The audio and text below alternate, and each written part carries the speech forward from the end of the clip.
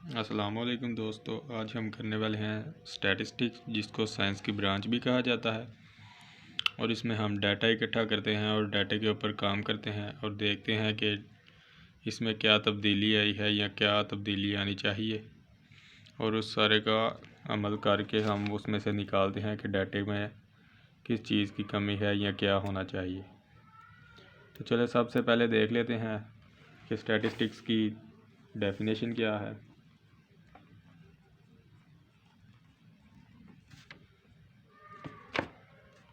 तो ये साइंस की एक ब्रांच है। It is the branch of it is the branch of science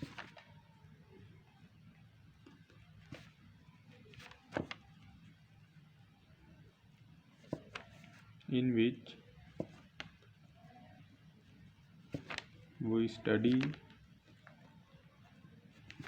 the method of, ये मैं आपको आसान सी लफ्ज़ों में डेफिनेशन करवा रहा हूँ, वैसे आप कोई भी कर सकते हैं।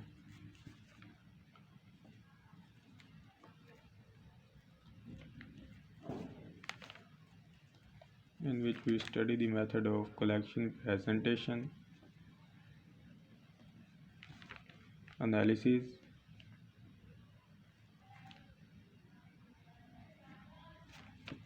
and making inference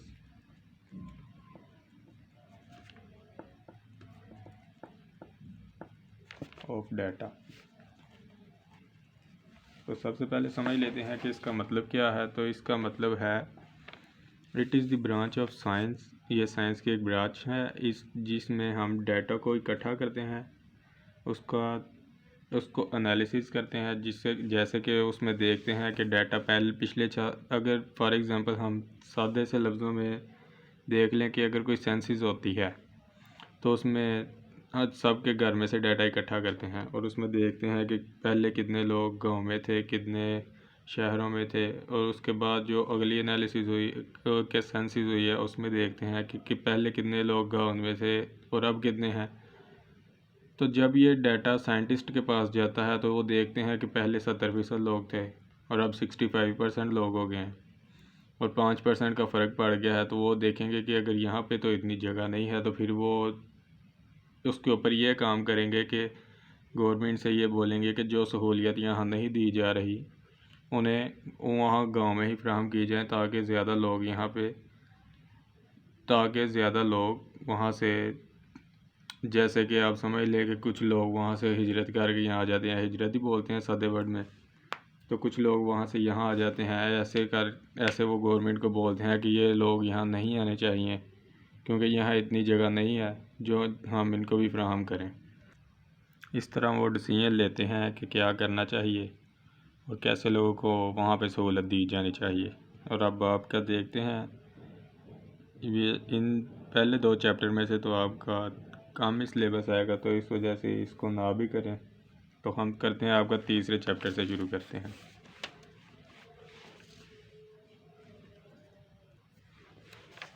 chapter number 3 से, जिसका नाम है मेजर ऑफ लोकेशन, यहाँ से कह लें मेजर ऑफ सेंट्रल टेंडेंसी।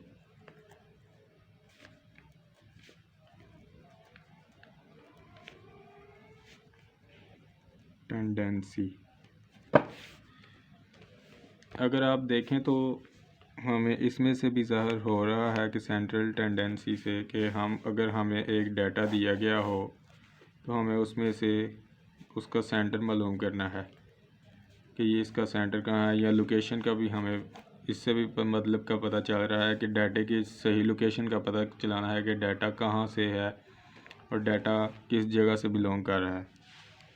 ठीक है, तो वो हम आगे जब सवाल करेंगे तो हमें मज़ीद समझ आ जाएगी कि सेंट्रल टेंडेंसी या लोकेशन का क्या मतलब है। तो इसमें से हमने डाटे का सेंटर या डाटे की लोकेशन फाइंड करनी है। तो बेसिकली हम इनमें से 5 ही टॉपिक पढ़ेंगे, जिसमें अरिथमेटिक मीन है,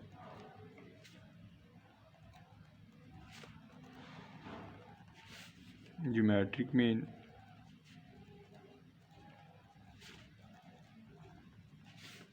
हार्मोनिक मीन,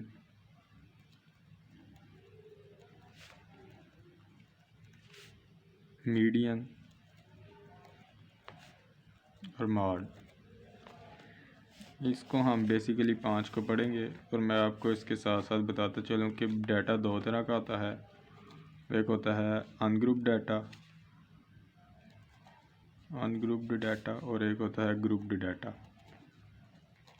जिसमें हमें फ्रीक्वेंसी ना दी जाए वो हमारे पास होगा अनग्रुप्ड डाटा, और जिसमें हमारे पास फ्रीक्वेंसी दी जाए वो हमारे पास होगा ग्रुप्ड डाटा।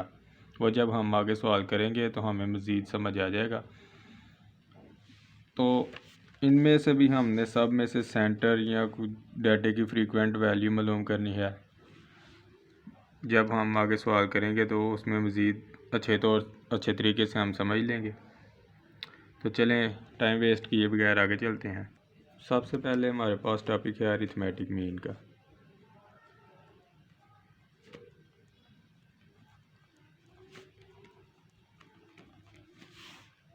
जिसका हमारे पास साइन एक्स बार होता है।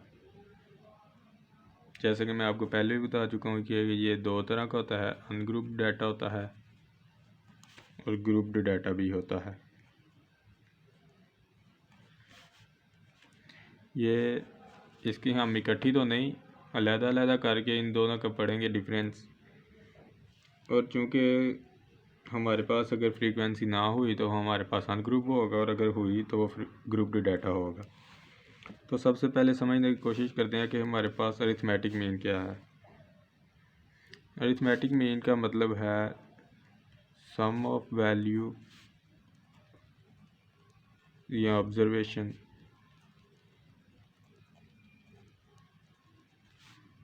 Divided by number of values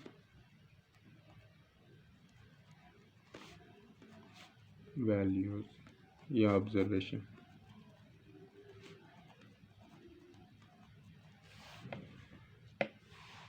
इसका मतलब क्या है, सम ऑफ वैल्यूज़, अगर हमारे पास कुछ वैल्यूज़ हों, जैसे कि हम ले लेते हैं एक्स और इसमें हो 1 2 3 4 5, अगर हमारे पास ये वैल्यूज़ हों एक्स, तो जो हमारे पास इन सब का सम होगा, इन सब का सम जैसे कि हम 1 2 3 4, 1 को 2 में ऐड करें 3, 3 और 3 6, 6 और 4 10 और 5 15, तो हमारे पास समेशन एक्स होगा 15। ठीक है।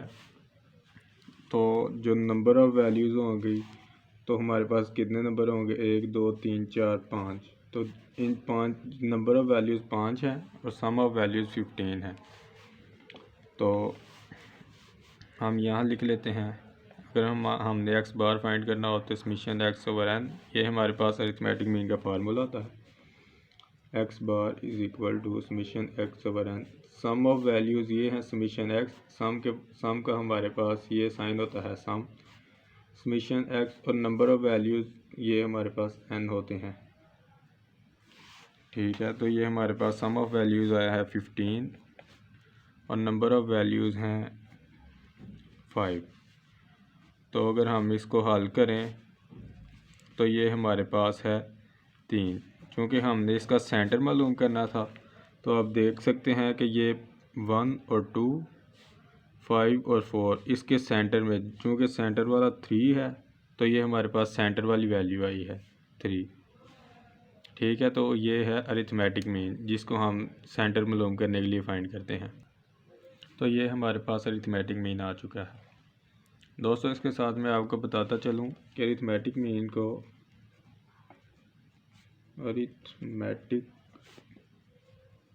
को फाइंड करने के हमारे पास 3 मेथड होते हैं। एक होता है डायरेक्ट मेथड, एक होता है इनडायरेक्ट मेथड और एक होता है शॉर्टकट।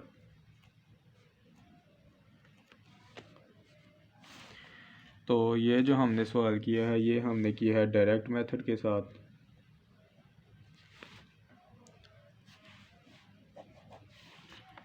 तो इनडायरेक्ट मेथड के साथ इंशाल्लाह हम कल सवाल करेंगे। उम्मीद है आप लोगों को समझ आ गई होगी। चूँकि वीडियो बहुत लंबी हो चुकी है, इस वजह से मैं अगली वीडियो में आपको बताऊंगा कि इनडायरेक्ट मेथड में हम कैसे अरिथमेटिक मीन फाइंड कर सकते हैं और ग्रुप्ड डाटा पे कैसे अरिथमेटिक मीन फाइंड कर सकते हैं। तो इसके साथ साथ ही इजाज़त चाहूँगा। तब तक के लिए अल्लाह हाफ़िज़।